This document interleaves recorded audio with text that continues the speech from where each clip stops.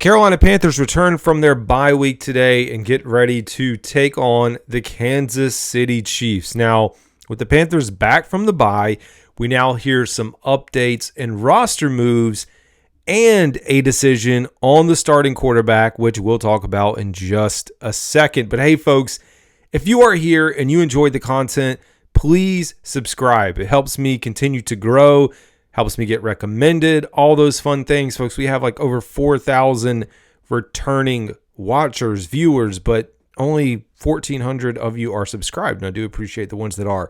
All right, enough of that. Let's dive into the Panthers headlines. I think the biggest headline, which we will dissect in just a little bit, is the return of Bryce Young again as the starting quarterback. Dave Canales continues to be non-committal to having Bryce Young start the remainder of the season, and it's a week-by-week decision. So we're going to talk about it in a little bit. We're going to run the clip, but let's get you caught up on the other headlines. So yeah, we got a big game this week against the Kansas City Chiefs, and folks are saying we're going to get a pissed-off Kansas City Chiefs team. I got to tell you, I looked at a stat the other day that showed what the record of teams would be in one-score games if the scores were reversed.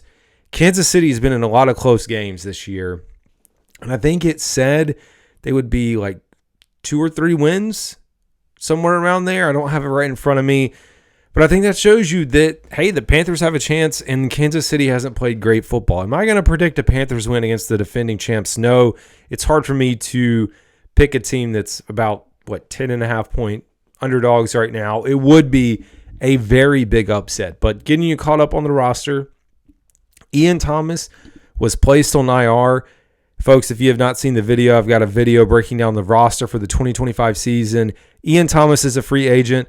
I think with the injuries he's battled this year, this seems like it's it. This is the end of the road. And I'm not one of those Panthers fans that likes to pound their chest and tell guys to get out of here and all that. I will respect the players and what they have done for this team, but it does feel like, hey, this is it. And maybe that's a good thing. Let's just kind of get a fresh start. I will tell you, it's funny, as we talk about tight ends, and you compare Tommy Tremble, and a lot of people were much higher on Tommy Tremble. Ian Thomas has more receiving yards in a season than Tommy Tremble does. So let's just put that in perspective when you want to hype up Tommy Tremble. I'm not going to slander him right now. We'll save that for another day.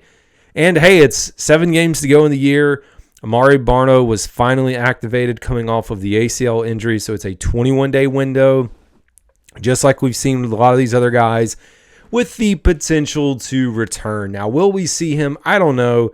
It sounded like Canales was pretty excited. I mean, the defense should be excited. This guy is a edge outside linebacker that can also be a gunner, and I think where he finished last year was actually pretty decent, or he was kind of showing some signs. Now, was he going to show like that he's dominating? No. But I think we absolutely need him on the field.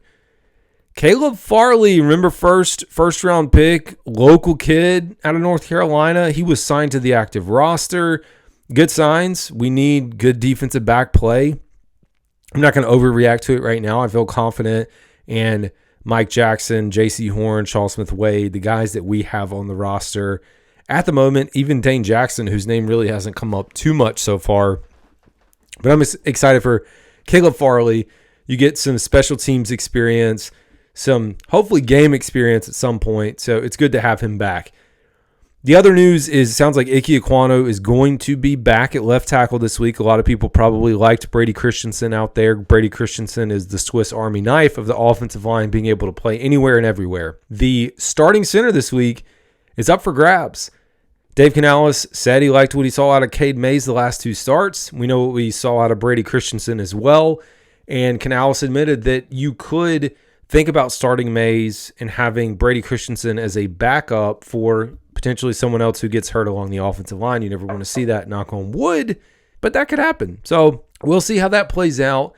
And also, I think just kind of shores up or strengthens, I should say, Brady Christensen's offseason. Like, I want to retain him. There's a good chance that he's going to get picked up by somebody. His versatility across the offensive line is an asset. Kind of like a 6th man coming off the bench and just being able to pick up at any position. That's very valuable. I don't know if the Panthers can afford him, but I would love to have him back. Talked about Bryce Young starting. Again, we'll play the clip in just a second. The other big news is the debut of Jonathan Brooks, and Dave Canales acknowledged everything without saying that he's going to be out there to let us know that this is likely the debut of Jonathan Brooks. Everything makes sense.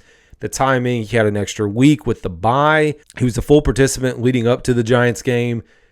I think it was smart not to play him given the field conditions, the international travel, all that. So we got Jonathan Brooks now for the final 7 games, and hey, let's see what we got. I don't have high expectations in usage and yardage, but that 1-2 punch, I can't wait to see what he can do in replacing Miles Sanders in his snaps. And speaking of Miles Sanders, TBD on the status of Miles. So let's talk about the biggest news, at least I guess for now, which is Bryce Young and Bryce Young starting. I will say on the defensive side of the ball, Canales did acknowledge DJ Wonham, which was nice. But Bryce Young starting. Let's go ahead and run the clip. Sounds like you had a pretty busy bye week. Did you have any time to contemplate on the quarterback decision? And who will play this week? Yes, Bryce will play this week. Again, this is about the continued progress. This is about Bryce, looking more and more confident, as he's out there in Germany. Just felt a real confidence and just an aggressiveness to his play and all those things, and of course the end result, winning. So he continues to do things that put us in a position to put him back out there and continue to build on that. Are you still going to evaluate on a week-to-week basis? Yes, we will, and we'll continue to look at all the film, look at the whole situation, and weigh all those things in. Right out of the gate, this is the first thing that Dave Canales addresses. He actually, before this, if you go back and listen, was talking about how he spent his time taking kids to practices, spending time with the family, staying pretty busy. And then Mike K casually, very first question, says, sounds like you had a pretty busy bye week. Did you make a decision on quarterback? And so here it is, Bryce Young going to start again. And it's week by week. You heard at the end there, he's going to continue to evaluate. Now, to be honest, this is 7 games left in this season.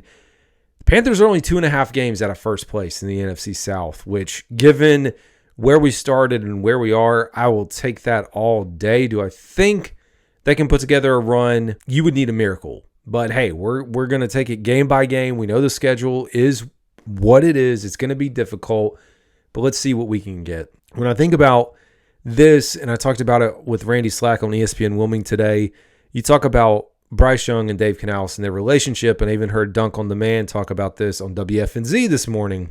You wonder if the communication that Dave Canales has with the media, where he's wishy-washy or week to week, is the same communication he has internally, because you would hope there's a better relationship with Bryce and Canales and Andy Dalton in the quarterback room, and this really isn't like every single week he's coming out there and like keeping the guys on their toes. But maybe it is. Maybe that's the style.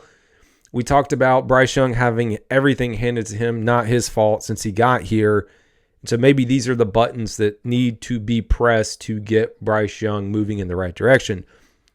Last thing I will say about Bryce Young when I think about his performance recently, when you go back to the first 2 games, there was a lot of talk this offseason about his mechanics, about improving his footwork, heavy emphasis. And I likened it to playing a game of golf. And I don't know how many people are golfers. I'm not a good golfer.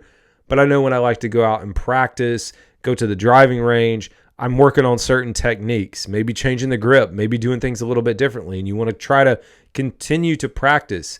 If you are not fully baked into what you're trying to do, and then you take that out to a round of golf and you try to tweak your grip, you try to change this and this, it can screw you up. And so sometimes the best thing to do is just play like you know how to play. You're more confident, you're more accurate, you got more power. And so maybe the talk through all this sitting was like, all right, we're just going to let Bryce play kind of the faulty way that he does with some of his mechanics. And folks, they're not great. I'm not a quarterback coach. I never played quarterback. But we can see the footwork. And maybe you just say, you know what?